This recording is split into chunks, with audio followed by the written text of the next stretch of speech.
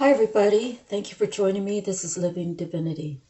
I want to thank all of my subscribers. Thank you so much.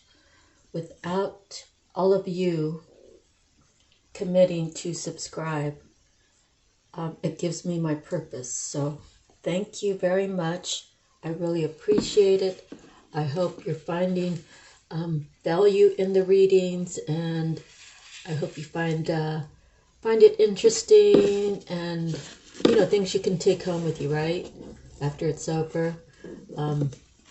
These are general readings, so they're either for you or they're not. There's going to be portions that are for you and those portions that are not, and there's going to be places in the readings where you have to switch places. Like if I say it's a girl and your situation says it's a guy, then exchange the sexes as needed. Okay, so I want to thank God for giving me this opportunity to read up for all of you. And last time I forgot to do the timestamp, where at the very end I do the Google thing where I get the angel number. So today I'm going to try to remember to do that. Okay, so I'm going to start by reading out of the Bible. And I'm at Job. So let's go with Job 15. It says, Eliphaz. Then Eliphaz the Temanite replied, would a wise man answer with empty notions, or fill his belly with the hot east wind? Would he argue with useless words, with speeches that have no value? But you even undermine piety and hinder devotion to God. Your sin prompts your mouth. You adopt the tongue of the crafty. Your own mouth condemns you, not mine. Your own lips testify against you. Are you the first man ever born? Were you brought forth before the hills? Do you listen in on God's counsel? Do you limit wisdom to yourself? What do you know that we do not know? What insights do you have that we do not have? The gray-haired and the aged are on our side, men even older than your father. Are God's consolations not enough for you? Words spoken gently to you. Why has your heart carried you away? And why do your eyes flash so that you vent your rage against God and pour out such words from your mouth? What is man that he could be pure, or one born of woman that he could be righteous? If God places no trust in his holy ones, if even the heavens are not pure in his eyes, how much less man, who is vile and corrupt, who drinks up evil like water. So that was Job 15:1 through Job 15:16. Okay? So today's Sunday, and if you guys are in the right jobs, I guess say Monday's a holiday, right? But some people do have to work. So if you have this extra day off, congratulations, enjoy it, do something good for yourself. It's worth celebrating something, right? You could have a get-together, you could go to the beach, have a cookout, you can, go visit a zoo or something, take a little trip. Okay, so moving forward, Miracles Now. And this says, I don't dance around the perimeter of the person I want to be. I step in fully and completely. So, when we're in search of who we really are and what we're supposed to be doing in life, I think when you go from one world to the other, it could be kind of daunting because you're worried about what other people are going to think, or you're worried about how's it going to go. Am I going to backpedal? Am I going to be able to do this path? if you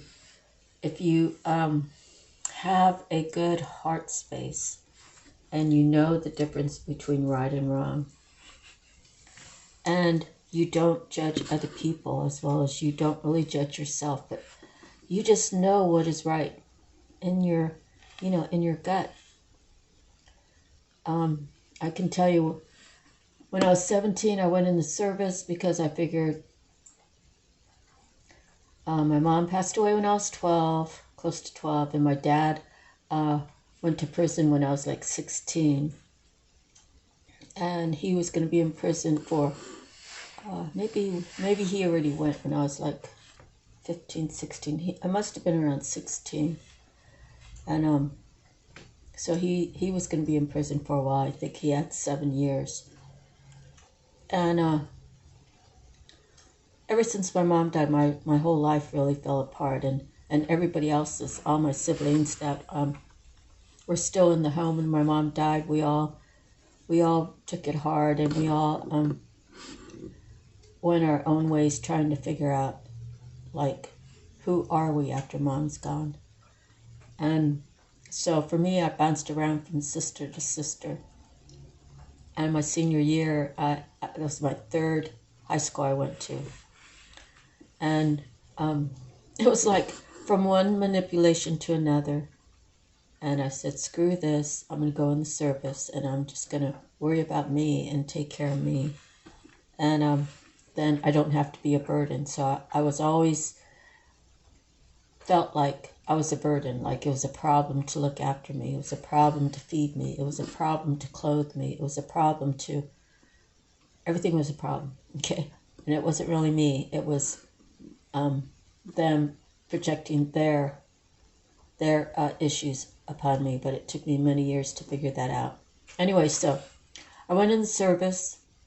You're supposed to be 21 before you can go bar hopping, but I turned 18 my last week of boot camp, and when I got out, I went to my command, and I actually had 30 days of free time because they wanted to send me back home for like Christmas break for a whole month. And I said, I just left there. Why do I want to go back now? So I said, send me to my command. So there were 3 officer females who just got done with the maiden voyage to, because it was a brand new ship, to Diego Garcia. So they were the only females on board, 3 female officers. So I know that I was the first one because everybody else was on their Christmas liberty. And so since the ship was in a down, it's considered like a stand down for the Christmas holiday, I didn't have to check in with anybody. I was just there for 30 days. So every night I'd go, and I'd go out partying and stuff. And I partied till I was 27. And by the time I was 27, I wasn't really smoking pot because it just made me sleepy, hungry, tired, and really didn't do anything for me. I was into the upper stuff. So when I turned 27, I just said to myself, I'm good. I don't want it. I don't want it in my life. I'm above that now. I've spent 10 years of partying, and I don't want it to be a part of my life anymore. So for me to take that leap of faith, it was good for me, but my husband, my daughter's dad, he just figured, oh, that's more for me, kind of thing. So he had to either make the turn, make the change with me, or things were going to get rocky, and they got rocky. So when you decide, when you've had enough, you're just going to make the change, and nobody can tell you when that day's going to come. Nobody. I mean, nobody on this earth can tell you. Only you know when that day's going to come. So as much as I might preach to all of you and say, hey, if you're drinking, stop drinking. If you're smoking cigarettes, stop smoking. If you're doing drugs, stop doing drugs. If you're abusing your spouse or accepting abuse from your spouse, if you're going out and spending too much money and you're leaving yourself in debt, I can tell all of you all day long to don't do those things. but only you know when you've reached your threshold and you decide. You know, the whole time I was listening to Marcia, you know, Living Divinity, and she kept saying to do this, and I was hearing her and I was appreciating her, but I wasn't ready to go yet. And that's fine, because we all go in our own time. But you can't beat yourself up and say, had I listened to her 5 years ago, if I was on, if I had been doing tarot readings for 5 years, it's just for example. But if I said 5 years ago, look, you know, if you're drinking too much and you're not being responsible, and you think that you're not too drunk to drive home, and then something happens, right? Either you get a DUI, or God forbid you have a car accident and hit some poor kid on a bike that you didn't see clearly because you were drunk, right? And then, you know, like I said, I'm not wishing that on anybody, but if that came to pass, you know, then you'd have to do jail time. You'd have to do community service. You'd have to live with the fact that you hurt a human being because you were too selfish to stop drinking, right? And then you beat yourself up, and you keep beating yourself up, and keep beating yourself up. And you know, you are your worst critic. So I just say to you, you know, I was really blessed to have been able to experience all that I experienced from age 17 to 27. But I know that when I turned that age, I was like, no more, I'm done. You all can enjoy this life, I'm done. And so that was a big thing between me and my daughter's father, and he wanted to keep going, you know. So we really should have separated, but I never say I was sorry I spent that extra time with him, because that's when my daughter was born. And so maybe I'm going on a little bit too long about this, but you don't dance around the perimeter of the person you want to be. You know, it's going to take you some time to figure out who that is and where you want to see yourself going. But once you do, people will try to say, hey, John, you know, I know you want to go that way, but what going that way is going to benefit you in this lifetime? You know, you don't have to explain anything to anybody. You just say, hey, this is the path I choose. If you don't accept it, if you want to hear about it, I can tell you what things happen to make me change. But if you're totally off and want to change my mind, you know, you can kind of go, you know, go crawl under a rock or something, because you have to stand in your truth of who you want to be, right? You don't want anybody trying to boss you. You know, you're not 7, you're not 12, you're not 16. You know, even at 18, just because you're 18, they consider you adult. You really don't know jack until, you know, you're closer to 30. You know, you've had some time to live life. So if you have any other ideas, please put in the comment. When I read this just now, I don't dance around the perimeter of the person I want to be. When I was little, I think I just said in the last reading, I told my grandma, like energetically I said, when I grow up, I want to be just like grandma, except for the crippled part. And my grandmother was wheelchair bound all the years that I knew her. And she died in 84, so I was 22. And I don't think I could ever be as good as grandma, but, you know, her path was the path that, you know, is going to bring people together in this world. It's going to show people how to love each other more. It's gonna teach people how maybe at this moment you're not embracing love, but when, you know, in 10 years when you start embracing love, you're going to remember what grandma said, right? You're going to remember the things grandma said for you. She said to you, you know, the prayers that she said for all of her children and grandchildren. So I have one child. I don't have any grandchildren. I'm not sure if my daughter's going to be giving me that. And, you know, it's her choice. Whatever it is what it is. But So this is a good platform for me to kind of adopt all of you as, my children per se, and I'll give you the best advice, right? So thank you again. I really appreciate all of you who have subscribed. And people, the more you share it, the more that other people, if you believe in the message and you believe other people might benefit from it, then if you shared it, then they would have the opportunity to hear it as well. So thank you for doing that. Someone must be, I know it's heaven up there trying to help me build this, but I know it has to do with all of you out there too. So thank you again. Let me move forward. Okay, so don't dance around perimeter of the person you want to be. You step in fully and completely and say, no, you're not going to dictate over me. I'm a grown man. I'm a grown woman. And if you can't understand, if you think you can boss me, get to stepping, right? Show me some respect. I'm a grown person. Okay, however it goes for you. Anyways, next we have native spirit. And we have gathering your tribe. So let me read this for you.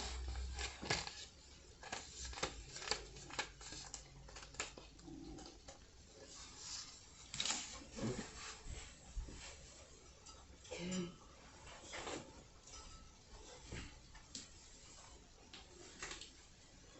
The card meaning, you are loved and you are lovable. You deserve love.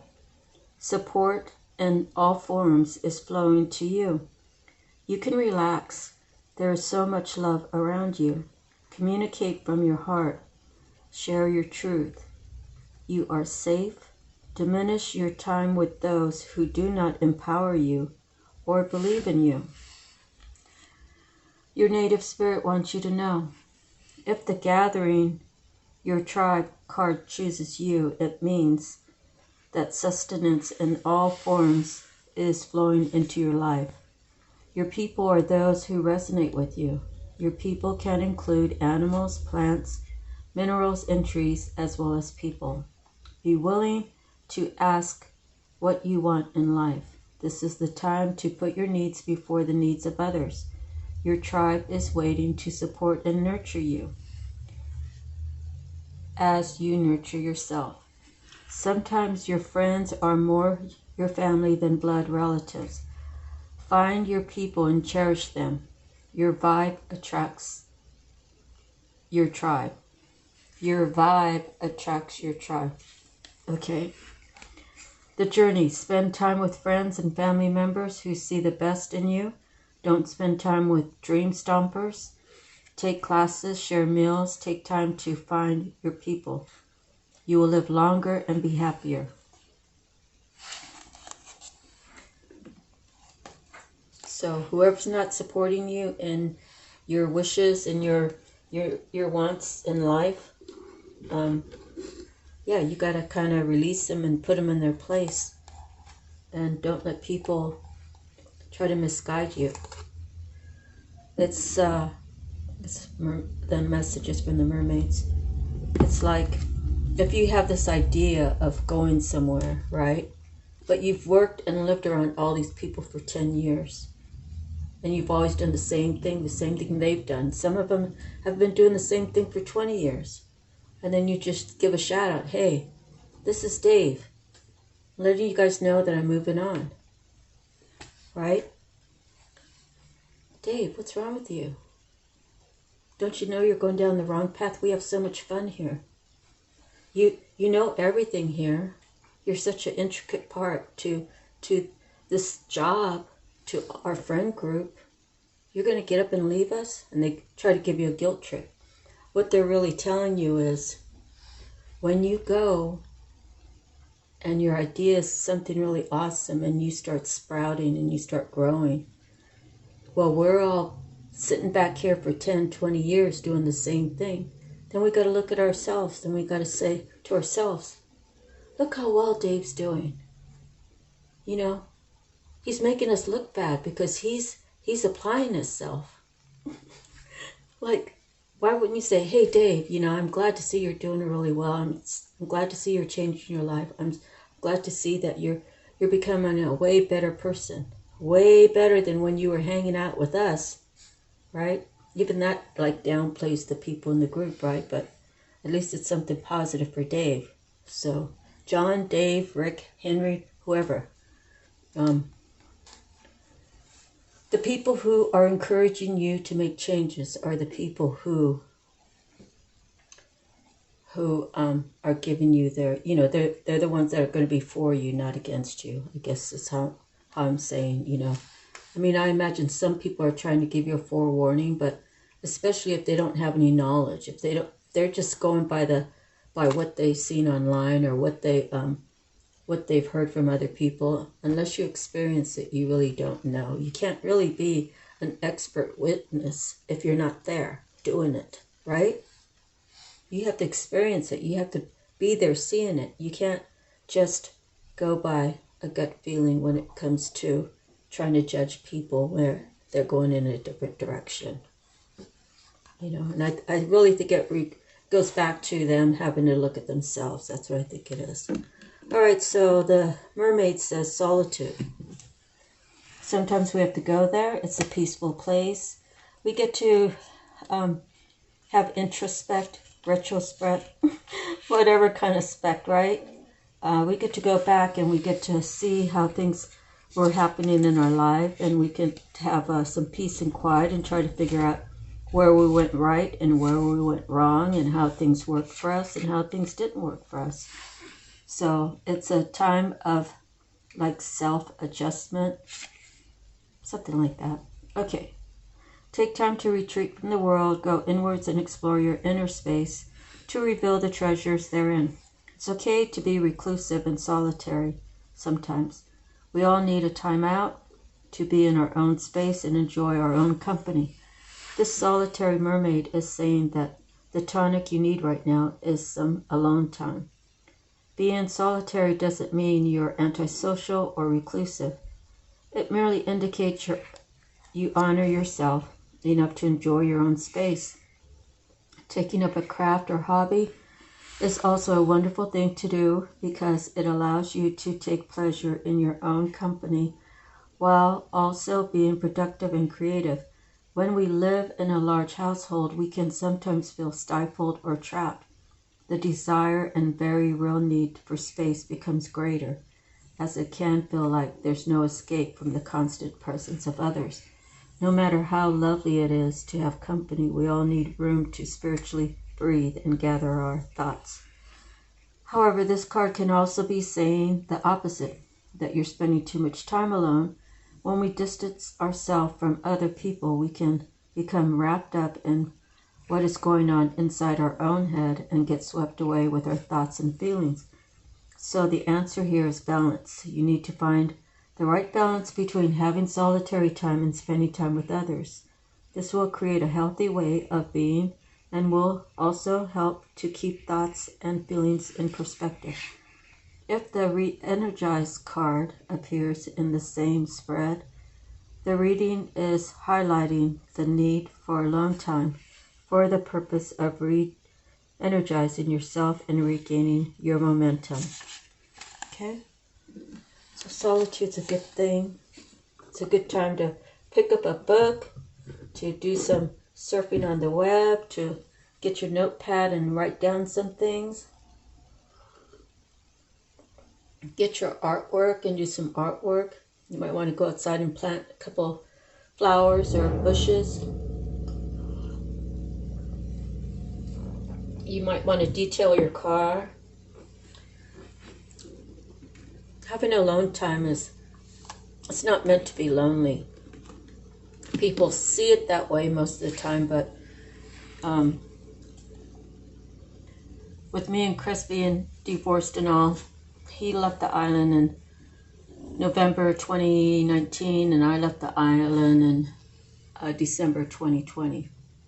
So I had that whole year. Plus, I mean, I left separating from him in June of 2019. So I had that whole year and a half to focus on me, especially after he left. And I would say felt I felt lonely a couple times, and I felt like I let myself down by letting the marriage go. And you know, how do you return from that? You know, you have to yell, you got to scream, you got to, you know, you really got to just work it out of your system. And everybody's different how they do that. I actually would get in the shower, the noisiest room in the whole house. I was only in a little one bedroom, so it's not like it was a whole house. Okay, it's a one bedroom like condo apartment or whatever. And I would get in the shower and I would just run the water on me, and I would actually like scream bloody murder, you know. And I wish I could have not been so noisy, but it was what was within me, you know, that I had to work out of me. So, you know, life goes on, and you have to learn how to live by yourself. So my whole life, my whole existence, I always lived with someone. From being in a house with 4 brothers and 4 sisters, I was always with somebody until I went into the service. And then when I went into service, it was a whole birthing area. It was each birthing area took like 150 people. It was like a 3-bunk rack, like you see on TV. So I got to choose my first one. I was the first one in there. I chose the one closest to the other exit door, and it was the middle bunk. And it was right near the bathroom too, so it's like two bunks away to the bathroom. It's the best spot in the whole place. But after that, I got married, then I got divorced, and I got married again. So that full year and a half was the first full year and a half I actually spent alone, and I've really rather learned to enjoy it. So, you know, if I feel like having an egg sandwich for dinner, guess what I'm having? An egg sandwich for dinner. I don't have to cook a big meal. If I want to cook a big meal and I want to put something in the oven, then that's what I do. But I'm working for me, you know, I'm spending time doing things for me, and I think I really kind of needed it, you know, to nurture myself. So sometimes we have to do that, right? Next is your soul purpose. Today we have the manufacturer, which is the bismuth stone, and the affirmations. I think outside the norm and find creative ways to approach life. The rainbow of light and positive energy expands my consciousness. Creative ideas flow through me on a regular basis, and I bring them into physical reality. So yeah, it's your mind is a powerful tool. And if you get any hits like that, you should, 1, keep it silent, do your research, 2, do your research, and see how you can bring it to fruition. And I don't know, I've had some really good ideas. I just, you know, if you don't have the finance background, like people to help you finance it, it's flopping, you know, it's like a fish out of water. But I did try, and I wouldn't say it was just a failure. It was an experience to help me on my next stage. So, okay, so we are at manufacturer. Are you good at putting things together? Do you enjoy making things from scratch? A manufacturer builds things either by hand or machine and then sells the end product. Manufacturers make products to stock stores and showrooms. The manufacturer is a producer, constructor, and creator. When you pull the manufacturer and bismuth card, it is signifying that it's time to take the steps to bring your ideas into physical manifestation. Bismuth, the ally mineral, is an element that crystallizes in spectacular stair-step formations. Typically laboratory grown, manufactured, bismuth aids in tapping into building the perfect structure one step at a time using base materials. Bismuth's geometrical patterns help create pathways for the development of creative ideas, which makes it the perfect matching vibration for this path. Okay, so I actually have all the equipment for a t-shirt business. what I'm missing is the computer. The one that I have is not strong enough to communicate with all the pieces, and it'll take me hours to, I don't know. My nephew said I need a stronger computer, so it's kind of just sitting and waiting. And my dream was to be here and to have merchandise for all of you to buy, and maybe just like do one t-shirt or one sweatshirt and then see how many people are really interested in it. And the more people that would be interested, say if I had a time period of a month or 2 weeks, then if I only have to make 10 of them, then I have to charge more, right? But if I was able to make 100 of them, then the price is, because it's supply and demand, right? I'm going to get more. I'm going to be able to offer more with the higher quantities. So the less price, the same product if the quantities are there. So that's kind of where I was, but I'm not going to give it up quite yet, but it was just something that I wanted to bring into fruition. So maybe in time. Next we have Divine Feather. So, I also do my paintings, and then I don't have any jewelry here. Those are just random. My brother sent me a whole bunch, but I do the beads, I do different stones, the lapis lazuli, the tiger eyes, all kinds. There's so many different stones that are so many different colors, and bracelets and necklaces and that sort of thing, plus the little decorative things you could put on. But yeah, so I would have like whatever I would get for readings here, and then my paintings, then my jewelry, and then my t-shirts. So I'd have a choice of 4 things to have some sort of income. So next we have the Divine Feather, and it's the starling. That's the feather. It's sort of got some blue and gray and green and a white tip. So let's see with the starling. I have a lot of birds that come around here, but I'm not quite sure what all of them are. I mean, even like the ravens. The ravens are black, but so are the crows. Like, what's the real difference? I think maybe the size.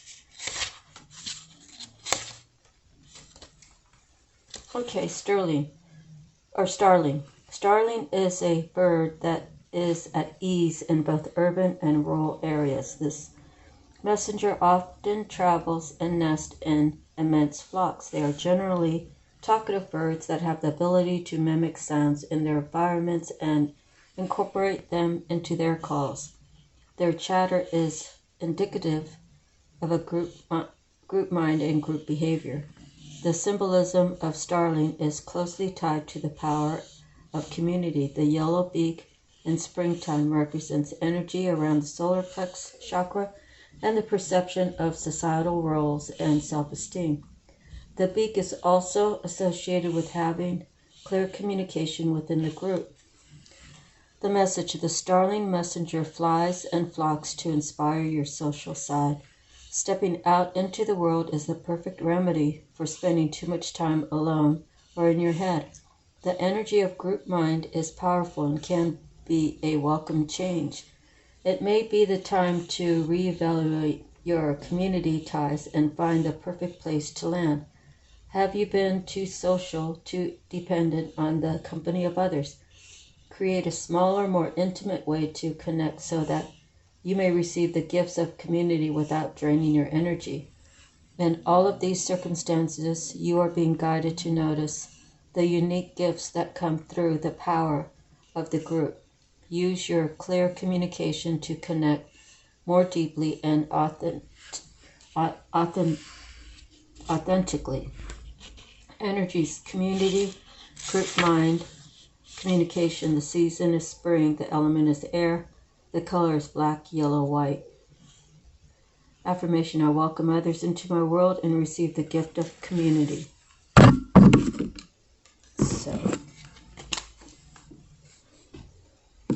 Okay, and now we have the animal messages.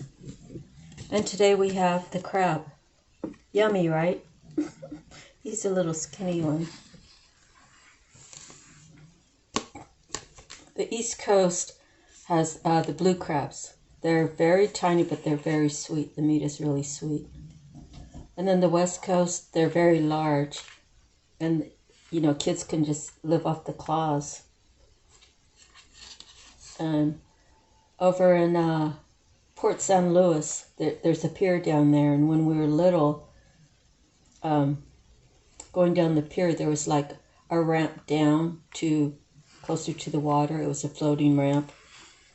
You can't go down there and use it anymore. It's for people pulling up on boats. But when I was a kid, my sisters, mostly my sister Terry, she would take my brothers and me down there, and we'd have like a 5-gallon barrel. And then, you know, I always had a sleeping bag because by 8 o'clock I was ready to crash out. But they would crab all night long. And then when in the morning at the break of dawn, they would say, Marcia, it's time to wake up.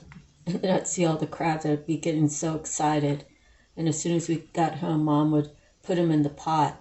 And then she'd put on a pot of rice and stuff. And one time she put the crabs in there. And she's like, now, she's talking to me and my brother Kenny.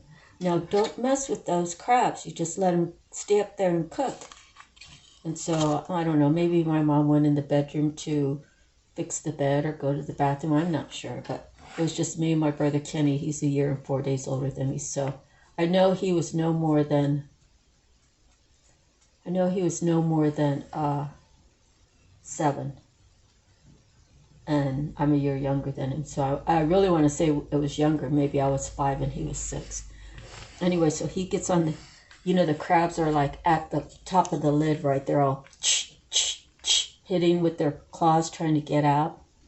And it made my brother curious, so he went and picked the lid up. And when he did that, somehow one of the crabs got a hold of his finger. And he got it out of the hot water, but it wouldn't let go of his finger.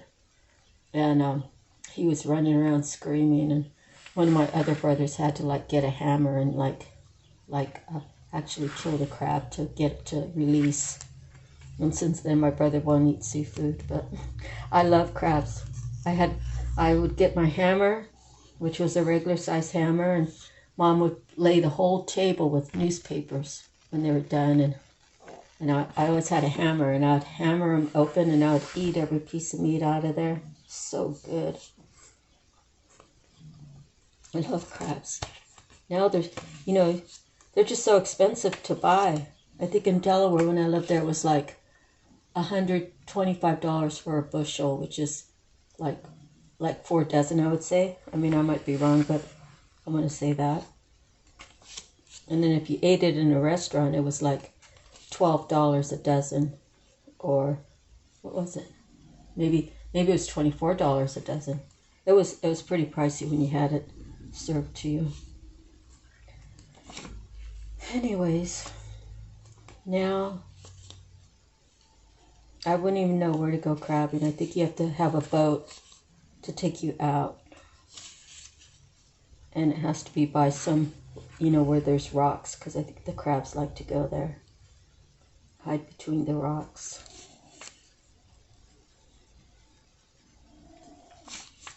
Okay.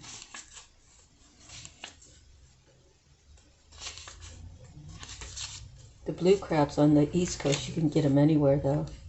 You just drop a line and wait. Okay, let me get to it. Got to be in here somewhere.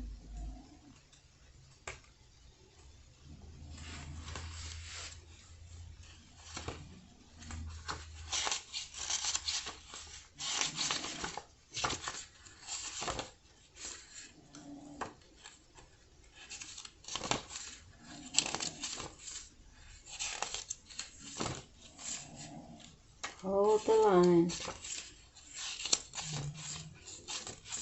There it is. Show your emotions and regenerate love. As crab's whole being is synchronized to the waxing and waning of the opalescent moon, so are your body's hormonal and physiological systems tuned to the world's circadian rhythms. Live in harmony with these and your whole being will thrive. Crab is protected by a rigid carapace, but to grow she must risk molting her armor, becoming soft and vulnerable like crab. Garner courage and take the risk. Be it sporting trial, mental task, or emotional revelation, which offers you regeneration and emotional flowering. As well, on the East Coast, they like the crabs when they have molted. They call them soft crabs, and they put them on sandwiches. And then you eat everything. Oops, I'm sorry.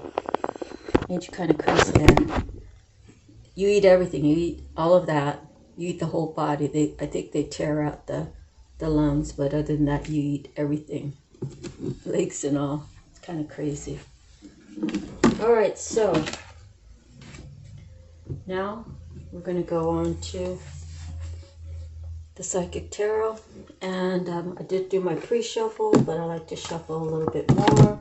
And then I'll start pulling right off the top. And then we'll see what Spirit needs someone out there to know, okay? Right now, this is financial and material changes. So if you're feeling like things have been tight lately, things are going to be changing for you. You know, the thing about it is, if it changes like $20, right? Like say you get paid and you, last week I only got $4.90. This week I get $5.10. So you should take that extra money and just put it somewhere, right? For a rainy day and build up a little nest egg. You got to start somewhere. Some people are lucky to be in a family where like their grandparents had, they had good jobs, or they took care of their money well, and they could leave like that, what do you call it? There's like fun babies around, right? Where your grandparents or your parents decided to give you your inheritance early or whatever, and then you just get so much. So, you know, even my family, you know, there's inheritance on both sides, but depending upon who's managing it, who's the executor, you know, you can take them to court if you want to change how they're doing it, but they should just do it right from the get-go. It's like, is it even worth the aggravation? So it's stressful when you think about it, and you think, you know, I know Grandpa said this, and I know Grandpa said that. You know, that's like on my dad's side, you know. And then, you know, it's not like you're waiting for him to pass away, but when he passes away, you ask his sibling, who's supposed to be handling everything, and then his sibling says, no, there's no will. You know, so what do? It's very stressful. It's like, I just kind of feel like if people want to do you that way, just let them do you that way. That's between them and God, and you know, God's always going to provide for you. And if you walk around with a chip on your shoulder, then you're already hurting yourself just by doing that, like energetically. So you just have to get over it and move on, and somehow just keep moving and keep working on yourself. And know that when you get to the age that you need to have it really in concrete where no one can make the changes, and make sure whoever you're leaving it to, they all have a copy. Don't leave it like up to one person to pass out copies and all that. So if you want it to go right. Okay, so I'm going to do this came out. So someone's going to be celebrating. Someone has a reason to celebrate. Okay, let me put in a couple more. Okay, I gotta put my cuts in. So material and, what did that one card say? Anyways, things are growing. Prosperity or changes in finances. Okay, so prosperity begins. New beginnings. The third eye chakra, recognition and reward, the power, the balance, partnership and alliances, the shadow, patience, triumphant success, the sacral chakra, solitude,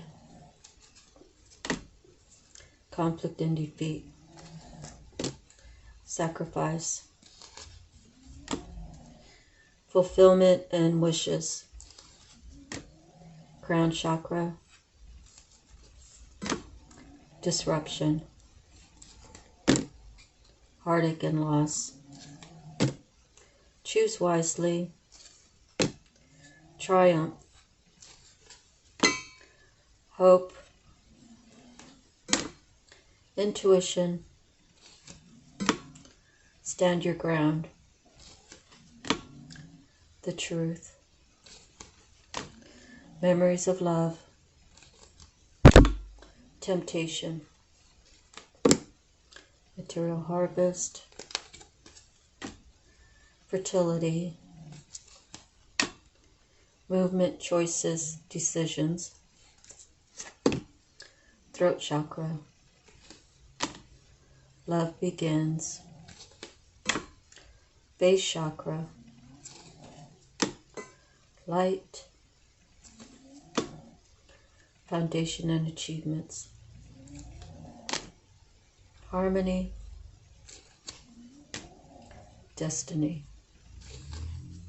Okay, I'm going to stop it there because that's all off the bottom. Okay, when the cards are good off the bottom, I think it has some sort of meaning that this is coming in the future. So the negative ones are temptation, heartache and loss, disruption, and conflict and defeat. Then these are important because you're going to have some choices coming up. And if you're not ready to make a decision, then you really owe it to yourself to take more time. Now, if someone's waiting for you to have to make a decision, know that if you take too much time, that person might say, hey, you know, Martha doesn't really care about me. She hasn't gotten back to me. I'm just going to move forward. You know, if you're Martha and you took too much time, right? And then you finally reach out. Hey, George, you know, can we talk? Because I made a decision. And I want you to know that I chose you and these are the reasons why I chose you. And then, you know, then he's going to say, oh, well, I waited for so long and, you know, I just started dating another person. You know what I mean? So, is it your fate to be with that person? Did you take too long to decide to, you know, what were the reasons why you took so long? Was it just because you thought that, you know, George would be over there waiting for you? Or did you really need that extra time? So, sometimes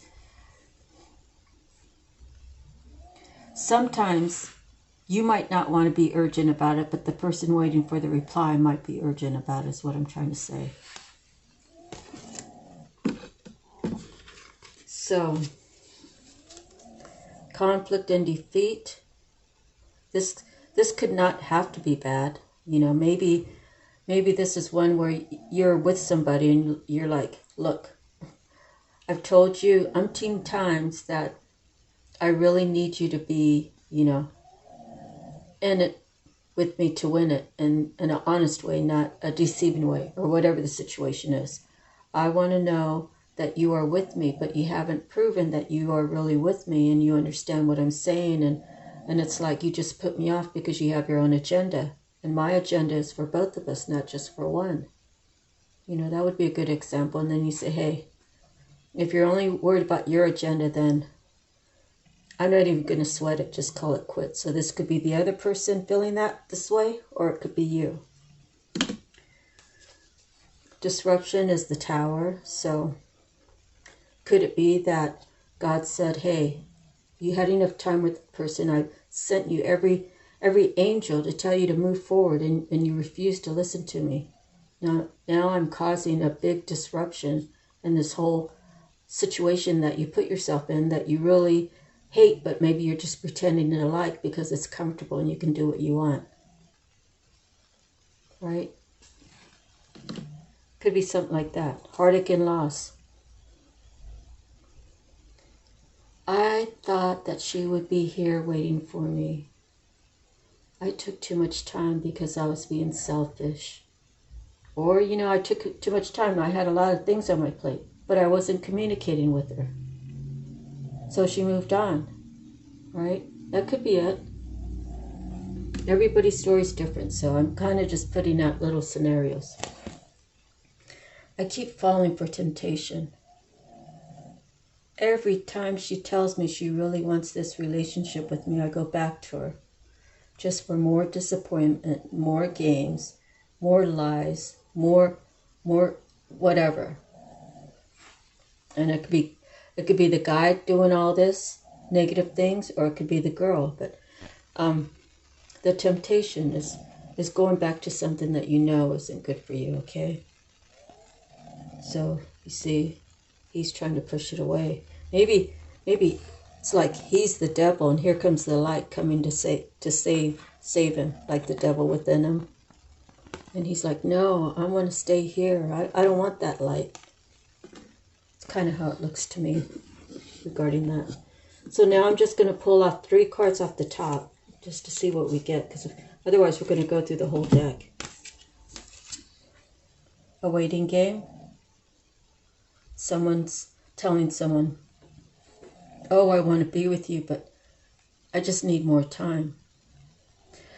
Asking someone for more time for you to make a decision without sharing anything else kind of would make someone feel like, you know, she's just giving me a line. She's just trying to string me along. He has other things that are more important than me. You know, maybe the words haven't been spoken. You know, the real words like, hey, I really care about you. You know that much, but you know, over time I've grown to love you. I just have some things that I got to work through, and I don't want to get you involved. You know, I've heard that kind of stuff before, and you know, that's something, you know, instead of just say, hey, I need more time, right? You got to explain yourself if you want someone to wait. The universe and spiritual strength. So, from all these cards with the major arcanas, I can tell you that someone's chakras are looking really good. Someone has been doing the chakra work. Let's see what chakras are in here. We have the base chakra. We have the throat chakra.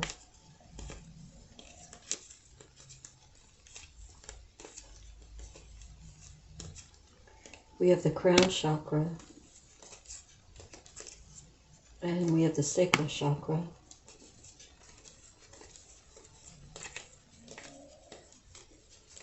And we have the third eye chakra. So I have been recommending that y'all go look up the chakras and try to get them all aligned. So maybe you guys have done that. Let me see which chakras we're missing.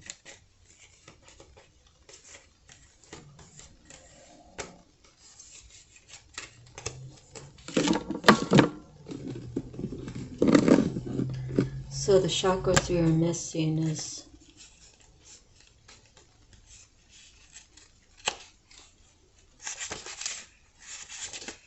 the solar plexus chakra, the heart chakra,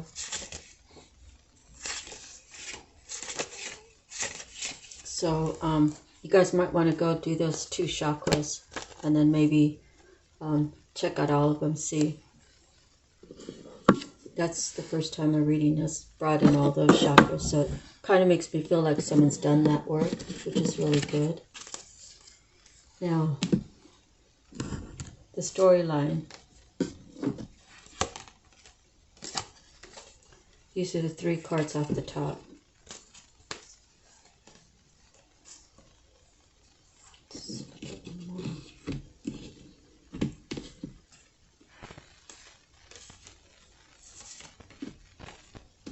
This was at the bottom, I believe, but it popped out again. So the 3 off the top. Someone has elevated in their spiritual strength. Someone wants a new beginning and sees a new beginning and sees the universe giving him or her everything that they asked for in a miraculous way. There's someone that they want to celebrate with, someone who they really care about, that they've grown to love, and they have a lot of things to tell them about all the good stuff that they learned and how they learned it.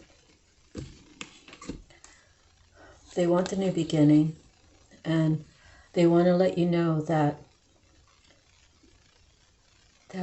through it all, just please trust them, because they know it's a spiritual connection, and they know that,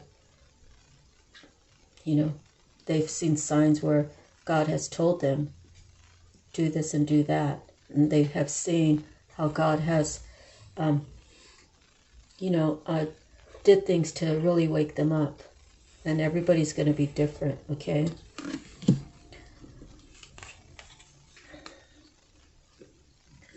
They recognize how well that you've done by staying on your path, and how you've changed, and how you've grown, and how you've healed yourself. And they want to tell you, hey, I'm really proud of you. At the same time, can you teach me so I can level up with you?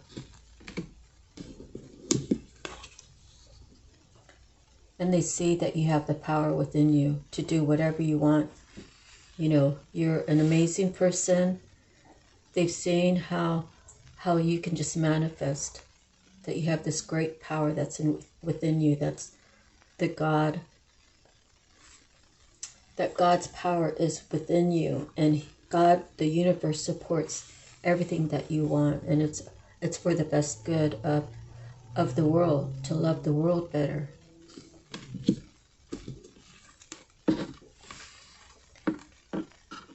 This person is really balanced.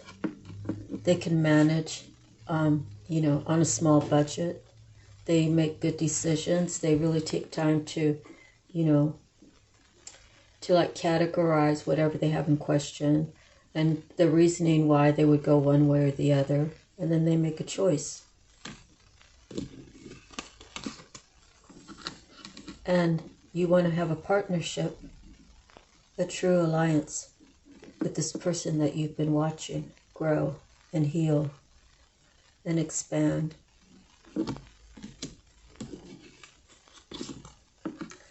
And you say, I wonder if he or she has taken care of their shadow side, and how will it be if we come together and then I do something and his or her shadow side comes out, or they could be looking at it regarding themselves. Have I done enough shadow work?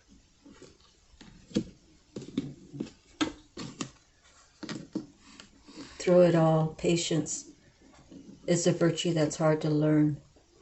And maybe whoever she is didn't give him everything he wanted just at a drop of a hat. And maybe she said, hey, I'm worth the wait.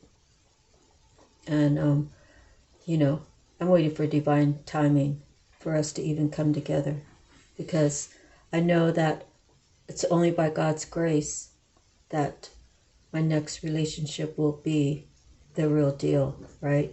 It's like the Trinity, him, her, and God, right? Teaching patience, both of them. They will have triumphant success. You know, they both will speak in their truth. They both will be honest with each other. They'll both let each other know, hey, whatever you say, you're safe with me. You know, it's all in the past. If you feel like you need to talk about it, then I'm a listening ear for you. And if you feel like there's some things that you know that you have to tell me because you don't want me to hear it from someone else, right? That could be what he or she's saying. If you don't want me to hear it from someone else, then you should tell me. So, I don't know. The thing about that is, say like, say you're a new couple, and then you're out with all of his friends, and then one of his friends says something regarding another woman, like to create either an illusion or to speak a truth that the person you're with was with that person at the same time or whatever. So for a woman, that's really shocking, right? Or even for a man, hearing that information. But in order to put it all to rest, like at that particular minute, because that's not the place to talk about, oh, I was with you since April and you were with her during that time too. You know, I would probably just say, yeah, I know about her, and just put it to rest, right? Then I could talk to him later. So speak the truth. You guys are making a commitment to always speak the truth. Because you know this connection between the two of you is a gift from God, right? Let me see, where are we? Where are we? Okay. So next we have solitude. Both of you are going to have to realize that you need your own space sometimes, and you know, one day Sue might need an extra day of solitude. Then John has to say, okay, I understand, you know. We all need our own space, and even though we only planned on Wednesdays, now you're adding another day. I'll just have to find something to do with those few hours, and then we'll hook back up, right? Sacrificing. What are you sacrificing? You're sacrificing your old life for the new, better life. The new, better life that you have to learn and grow, right? You're leaving a stagnant situation for a situation where you have room to grow in many different directions. What else are you sacrificing? You could be sacrificing the people that don't want you to make the change because they don't want to see you do better than them. They want to see you do good, but just not better than them. You might have to sacrifice a location, you know. He or she might live in Alabama. And if you want to start something new with him or her in Alabama, right, you got to go, or he or she's got to go to you. So there's always some sort of sacrifice, but what is a true sacrifice? You're sacrificing arguments for peace. Yeah, you're sacrificing arguments for peace. I'd rather have peace, so whatever I had to sacrifice to get my peace, I'm willing to do that. So everybody's sacrifice is going to be different. Fulfillment of wishes. You know, sometimes a reader might tell you, look, I got a message from God. He said, if you do A, B, and C, and, you know, you open your heart to me, you give your heart to me, you say, dear Lord, I'm going to accept this path that you want me on. Once you do those things, he's going to fulfill you with wishes. Maybe not all of them, but, you know, maybe it'll be a little bit at a time. Everybody's different. But the fulfillment of wishes of God will always provide for you. He wants you on this path. He'll always protect you. And he will make sure provisions are available to you, okay? He doesn't want you to worry about living life. He wants you to focus on showing people how much you've changed by having God into your life, and how does it make you feel now? You know, the things you had to go through to actually make the change, to tell your story as a testimony of God's love. Okay? So, with God by your side, you can't help but triumph, right? No weapons formed against me, right, will have any power because God's with me. I don't know the exact saying, so if you do, you can type that in the comments for me. It's a learning process, right? We're all learning. Through the triumph, I've had some things come that I really didn't believe. I really had a hard time believing. I really had a hard time hoping and trusting. Now the wishes are coming true. Now I'm believing. Now I know that I need to be hopeful. I can't walk around with my chin down. I can't walk around with my head down. I have to walk with my shoulders square in the back. I got to have my chin up. I have to be in confidence that God will always be here with me because that's His promise, right? My intuition has increased. I wasn't really sure if it was working before. I made some errors, and God loves me. He understands me. He already knows my whole life. But now I know where I went wrong from before, and I wasn't paying attention to my intuition. Now I'm paying attention to my gut feeling. I'm paying attention to my first thought that when I meet someone, that it's really a message from the divine that that person's good or that person's bad. Because sometimes you can walk up on a person, I don't know, I actually walked up on a girl and all I thought was, like she did the thing, like her mouth somewhere. And I couldn't believe that I was even thinking that about her. Like, who am I to think about someone like that? It was the first time that ever happened. It turned out that she was doing that with many. Okay, so I'm just saying your intuition can really make you freak out. Like, I've never even judged anybody like that. Why would I judge her? I wasn't judging her. It was my intuition telling me the truth about her, But until I saw it, I didn't believe it. And when I found out, I was like, oh my God, I remember thinking that about her. That's why I was thinking that. To let me know that, maybe she does things for other reasons, kind of a woman that'll just kind of do that wherever, whenever, with whoever. There's something that I don't want to know about her. So, I kind of put my guard up kind of thing. Because I really don't like judging people. Okay, but you have to stand your ground. And when you are here, and you're not dancing around who you want to be, you got to stand your ground. Right? When you firmly stand your ground, people will know.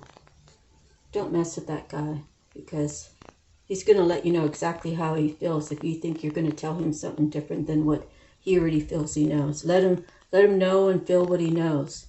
And, it's not my business of whether he actually knows the facts or how he feels. Just let him be, because this guy's going to stand his ground. He's been around. He's making some changes. He's not going to be having his mind changed just because you say so. And that's the truth. Stand in integrity and truth. Because down the road, someone asks you something, you're going to have the same story because it's the truth. If you lie, you're going to have statement upon statement upon statement to cover up that first lie. So always be standing in your truth, because if you are going to speak on God's behalf, you have to know that, like, that's really a requirement, right? Okay, memories of love.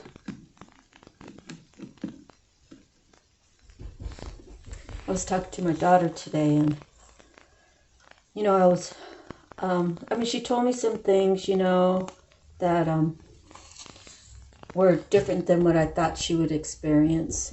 And I just told her, I was like, I love my grandma so much, and she's been dead since 1984. It's been 40 years. And this year will be 50 years. My mom's been dead. But I still love them both so much, and I miss them both so much. But I don't think of, like, I don't really have any negative memories in my mind. You know, even though I had to watch my mom die, you know, I guess I had to see her eyes roll around and that sort of thing. And, well, it doesn't really freak me out anymore. But just the memories of the love that I shared with them. You know, it's like, I wonder if there's that kind of love in this world anymore. So I'm very passionate about love. I'm crazy about love. My daughter and I are reconnected, and we got to come together sometime. And she has cats and I have a dog, so my dog goes with me everywhere. So it's not like I could go and stay with her and you know, and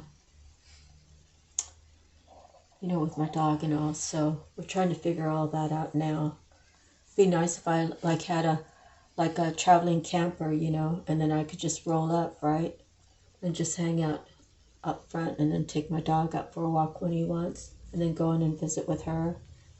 So I don't know.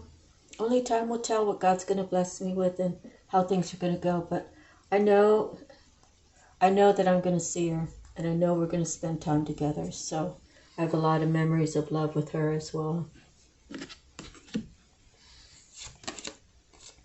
Material harvest. So when you are out there and you decide your path is a path of your passion, right? You know, that's where God wants you to be. He wants you to do something that you're passionate about. And, you know, you believe in yourself, you work hard. Some people, you know, you might have to work a regular job and then do your passion and work your way off of that. For many years, I worked like 60, 80 hours a week, you know, until I turned like 27, you know. I from the time I got out of the service, you figure I was 20. I was 20, almost 22, because I was 21 because I turned 18 my last week of boot camp. So I was 21 when I got out, and then we relocated to Delaware in 1989. So I would say from like 1981 to 89, I was working like at least 60 hours a week. But I was young, you know. And after that, I just went to 40 hours. Just made more sense to me as far as living life. Plus Delaware is cheaper than Virginia to live. And, you know, we were able to establish ourselves thanks to his folks letting us stay with them for a while. And, you know, I lived in Delaware for a long time, many years. Then I was off to Hawaii in 2007. So yeah, from like 1989 to 2007. And then I was off to Hawaii. So material harvest, you know, we live in faith. We work hard. We are smart with the money that we get in. We don't overspend. I think I posted something on Facebook that, you know, you can go into a restaurant and have a meal, right? A hot meal. It's going to cost you at least like $12 would be the cheapest, right? And then you go through the fast food line and it's $9 and something. And then if you're able to go home and make it, it's $3. Like, does it make sense to go out, you know? For those who work, they should try to pack a lunch, right? If you can pack a lunch. What I used to do is prepare, like on Sunday, I'd cook all this food and put them in the Tupperware containers and put them in the freezer. And then when my husband had to go to work, you know, I'd say, oh, well, yesterday you had lasagna, today you're going to have this, so I'll pack this, and this, and then he'd go take it to work and put it in the microwave. And so, even though he was making good money, he saved money by me cooking like that. So, we have to kind of bring that back into families, because too many people are, you know, both the wife and the husband are working, the kids in daycare. Well, okay, if you're making $20 an hour, say both of you, that's $40 an hour. If you work, just go by the week, if you work combined 40 times 80, that's 3,200, right? 40 times 80.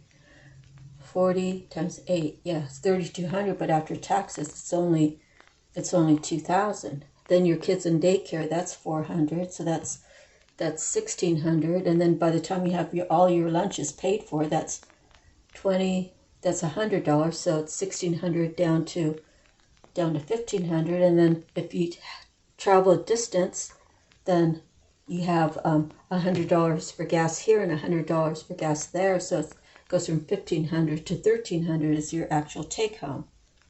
You know, that doesn't account for getting, you know, you're going to have to disperse that 1,300 for your rent, unless you're buying, your electric, your car insurance, you know, your car payments, everything. And what happens? You work hard to put all your money all these different places when you could actually save, if it's $10 a lunch for husband and wife, right?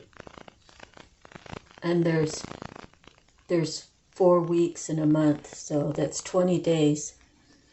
20 days times 20 is $400. You're spending just eating out. That's just the minimum. You know, sometimes people stop and get their coffee in the morning, right? But if it's just lunch, $10 lunch, that's $400. When you could take that $400, you could buy a whole bunch of premium foods, right? Good foods. And you can have a good dinner, make sure you have enough for leftovers to take the next day. So you see, we're so used to taking our money and spending it when we really should be trying to save it. Save it for a rainy day. Make good use out of our money. Okay, fertility. So this is actually the Empress. See, her heart's in the right place. She's a giving person. She gives good advice. She's loving. She's nurturing. She's a good wife. She's a loyal wife, and she might be one of those that do work outside the home.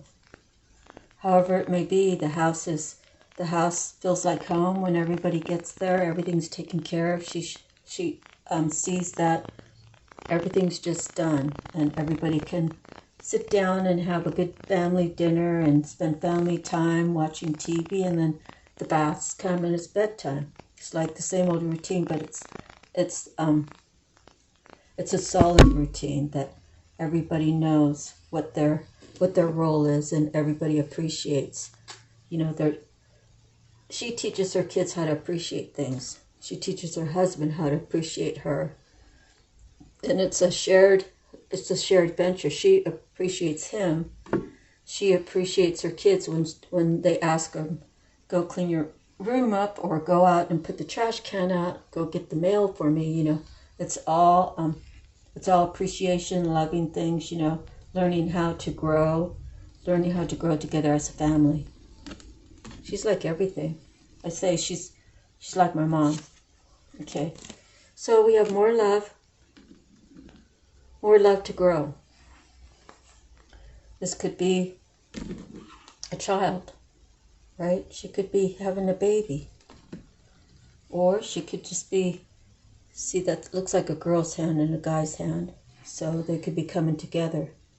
We've been apart all this time, and here we are now finally together. And love begins. there's light. That's the sun. So after love begins, then everything's bright, right? We want to keep it. We want to keep everything to where the love will last. You can't just get married and say, "Oh, the honeymoon's over."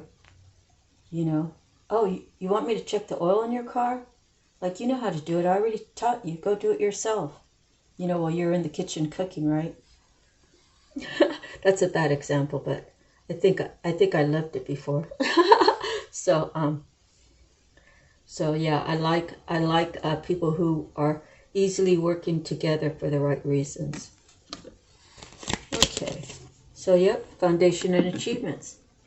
You got something to be proud of. You've made it through from the dark side through the light.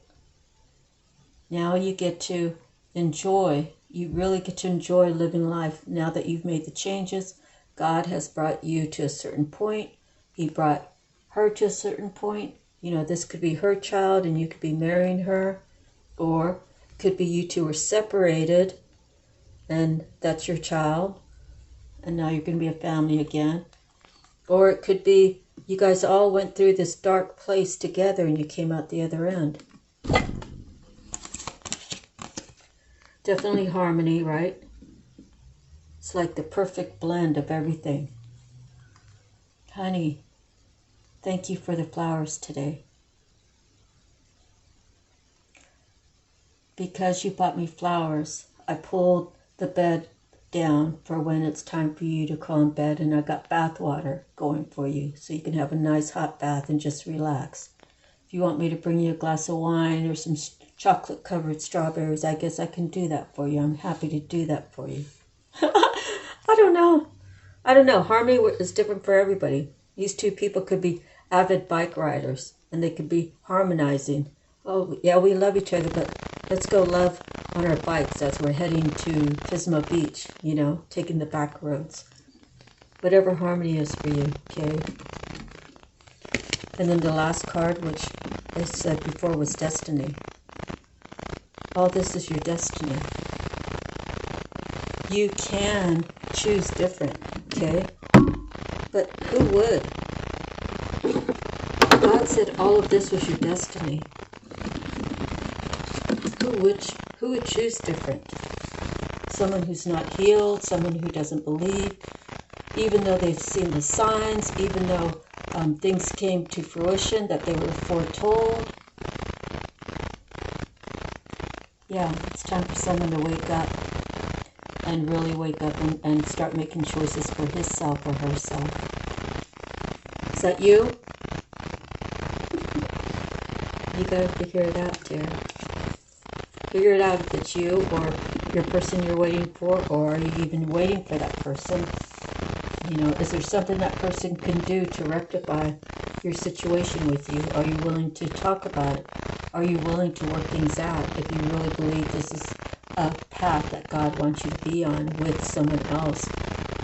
Having the story of love, a true love. How you work through all those kinks. How you accepted that you had to let them go so they could live life somewhere where you work on yourself and build yourself up to make you more valuable. You know, at the time, maybe someone didn't think you were that valuable. You didn't really see who you really were till you broke it off and you started working on yourself, and you said, you know, right now I'm focusing on me. I care about you, but I don't have time for you, only because I want to make sure that I'm healed for the right person. And that right person might be you, but it might not. So I have to go on my path this way. Well, you go on your path that way. And if we come back together, then, you know, then it's meant to be, right? You know, are you just coming back for another lesson, or are you going to come back to speak your truth and make it work? And you know, when it's really true love, I imagine that this is how I imagine true love is. True love is neither one is going to take advantage of each other. Neither one is going to lie to each other. Both of them are going to respect each other. Both of them are going to honor each other. both of them are going to honor the union that they have together, and both of them will not let anybody get in the middle of that ever again. That's what true love is to me. And God says I have it out there, right? Do I want it to say, God, I'm tired of waiting. Will you just find me someone else? Or do you say, God, I don't know how long it's going to take. Only you know that. If you think I need to go somewhere else, just bring me someone else. Right? Or you can say, God, I trust the vision that you gave me, several years ago. And although it's been hard for me to stay on track, I keep going back to that one person. So it must be something, right, God? Everybody's different. Everybody has their own story. Everybody has a certain amount of tolerance. Everybody has growing to do. They have healing to do. They have to work on themselves. They have to be willing to acknowledge where they went wrong. You can't just say, "Oh, it's all his fault. He's the one that did everything. All I did was go to work and try to make things better for him." When meanwhile you were the one who allowed the mistreatment by him to you, and you stayed there, and you just said, "Let's just forget about it. Let's start tomorrow." And tomorrow was the same thing, and the same thing, and the same thing. And eventually it got a little worse, a little worse, a little worse. There's no way to reel them back in. Whose fault is it then? I mean, it's not really anyone's fault. I can't say it's anyone's fault, because if that were me, which honestly I'm telling you that was me, okay? I tried to express to him, look, it's not working out this way. And then he would ignore me, or he would tell me I'm crazy. But he never gave me a solution. And there was never a solution. It was always open-ended, which means he's not going to change, that I have to deal with him the way he is. The last thing he's going to do is change for me, let alone himself. So as long as I want to stay in it, then he'll stay in it. And that's when I said, I've got to end this, right? And there's not really any fault, because if it was meant to be, I'd still be with him, and he would still be with me. So I'm just as much at fault for what went right and what went wrong, just as much as he is at fault for what went right and what went wrong. But we separated with love. I didn't say, "Oh, find your own damn way to the airport. I hope the plane crashes and you die." No, I would never say that about anybody. I actually said, "Look, the last 5 days, pack your bags." I took him to get an extra suitcase, and he didn't even have the money. I had the money because my brother sent me some money. But I said, "Let's go get you another suitcase, pack your things, and come over. Just stay over there with me the last 5 days. We could spend time together." So we did whatever he wanted to do, which was he wanted to go down to Puck's Alley and have a beer down there and a slice of pizza almost every night, which was fine. And we kind of just hung out. And I don't know, we kind of hung out like husband and wife, but we weren't close, you know what I mean? It's not like he reached over and kissed me or anything, or we just hung out like friends. And knowing that the day's going to come when it's going to be over, But I always loved him with love, I want the best for him. I want him to have good things in his life. I want him to get better. I want him to heal. I wanted him to be happy. He just wasn't able to be happy with me. It's not even a reflection on me. It's a reflection on the damage that was done to him, that he's not even happy with himself. So my heart goes out to those who have not healed themselves, who have not reconciled with how they're feeling. Because, you know, if you're young and you have those kind of feelings, do you want to be 50 or 60 and have it still bother you? Or do you want to find the healing? And that way you can bury it and just take the wisdom that you learned from it. Okay, these are the kind of things we're supposed to be here for. So, please don't take it wrong that I misspoke about any of my relationships. I say all of this because a lot of people have gone through different things like this and never able to speak about it. There comes a time when you gotta stand your ground and speak your truth. Maybe you don't have all the facts, but maybe your intuition's working. Sometimes you just have to go by that. And I'll tell you, that's happened with me. And it was not a fail. You know, but it was like the people couldn't imagine that I even knew that they said those things about me. But when I spoke it, they never denied it, so I know it's the truth. Okay? If you speak something negative about somebody behind their back, and then you hear next week, oh yeah, she told me that you said that. You know? Yeah, I said it, but she wasn't around, so, you know, so what? Right? That's their attitude, because people who talk behind your back, they know that you're like not in the building, right? You might be across the fucking Pacific Ocean, but, you know, intellectually, intuition-wise, you already got the message, and then you repeat it, and then people start, you know, how did she know that you said that? You know, and then I'll say words like, you know, God's got my back, and karma's gonna be coming for you, you know, and then something happens. It's not that I wish something bad happens to them. It's like I ask God to give them what they gave me. So that's between God and them. I ask God, say, God,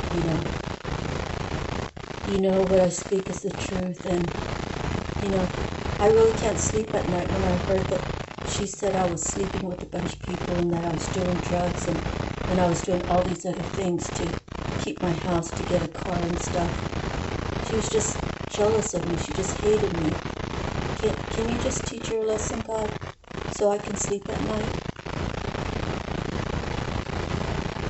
Whatever God does, if he does nothing, if he waits 10 years before he issues karma or issues a judgment, issues justice to her, that's between her and God. I say my piece and I let it go. You know, if it happens next week, and she knows that I said a prayer, and she's either going to straighten up or she's going to keep going, right? That's on her. It has nothing to do with me. Crazy stories, right? They're true though, I'm telling you. I'm telling you, it's the truth that I know, the truth that I've seen. Okay, it's 3:04, so let's do the angel number thing.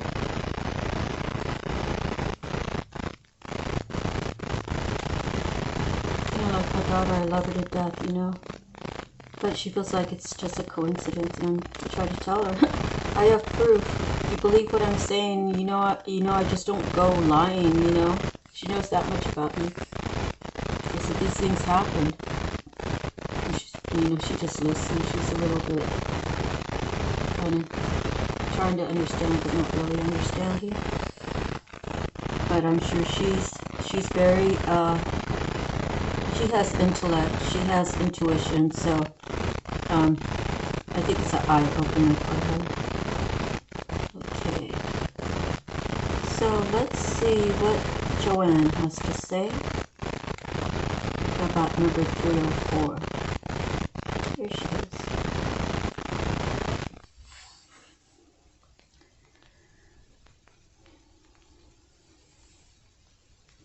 Okay, angel number 304, and that's 3:04 p.m. I didn't want you to think I was up at 3 o'clock in the morning doing a reading, which I don't think you would care, but anyways. Number 304 is made up of the vibrations of number 3, the influence of number 0, and the energies of number 4. Number 3 resonates with the energies of expansion and increase, charisma, optimism, and joy, self-expression and creativity, manifesting and manifestation, communication, and society. Number 3 also relates to the Ascended Masters who help you to focus upon the divine spark within yourself and others, and help you to find peace, clarity, and love within. Number 0 carries the influences of the God force and the universal energies, eternity, infinity, oneness, wholeness, continuing cycles, and flow, the beginning point, potential, and/or choice, and amplifies and magnifies the energies and the vibrations of the numbers it appears with. Number 0 relates to developing your personal spirituality and spiritual gifts and suggests that you listen to your intuition and higher self, as this is where you'll find your answers. Number 4 relates to hard work, establishing solid foundations, diligence and forethought, practicality and organization, determination and dependability, passion and drive. Number 4 also relates to the archangels. Let's see. This makes 304 a number that combines creativity with thoughtful effort and hard work to manifest positive energies, opportunities, and results. Angel number 304 is the message that the angels, archangels, and ascended masters are around you, and you are able to communicate freely with them about your desires and wishes, your fears, feelings, and foibles, F-O-I-B-L-E-S. See. Yeah, F-O-I-B-L-E-S. I never heard that word before. Okay. So it says, Ascended Masters are around you, and you are able to communicate freely with them about your desires and wishes, your fears, feelings, and foibles, anything you wish. Sense the presence of the angels and pay particular attention to your intuition and inner wisdom. Angel number 304 encourages you to surrender and let go of any negative fears or self-doubts that you have been holding on to, or that have been holding you back or hindering you in any way. Know that the hard work, will, and effort you have put towards living your personal truths are being rewarded with an abundance of supply in your life. Trust that your needs will be catered to as you steadily build solid foundations for yourself and others. Angel number 304 suggests that you put some extra effort towards your creative endeavors to ensure that you find success and reap long-term rewards that you seek. Trust that the work you do today will bring benefits to your life in the future. Your work, devotion, and responsible attitude have manifested auspicious circumstances in your life. Be open to receiving your blessing from the universe and be appreciative and grateful for them. Study, learn, gather knowledge, because in the future will synthesize your knowledge and wisdom into action to help others. Okay? Well, I don't know about all of you, but I hope you think that it was a good reading. Remember, without any of you, there's no need for me to be here. So thank you for being big part of my purpose. And I thank God that we all are able to gather. And I hope that you found valuable information that you could take with you. And, well, I'll see you the next time, okay? Sending you love, light, peace, harmony, happiness, and healing. All the goods. And God bless you. And don't forget to look for the prayer down below, okay? All right. Aloha.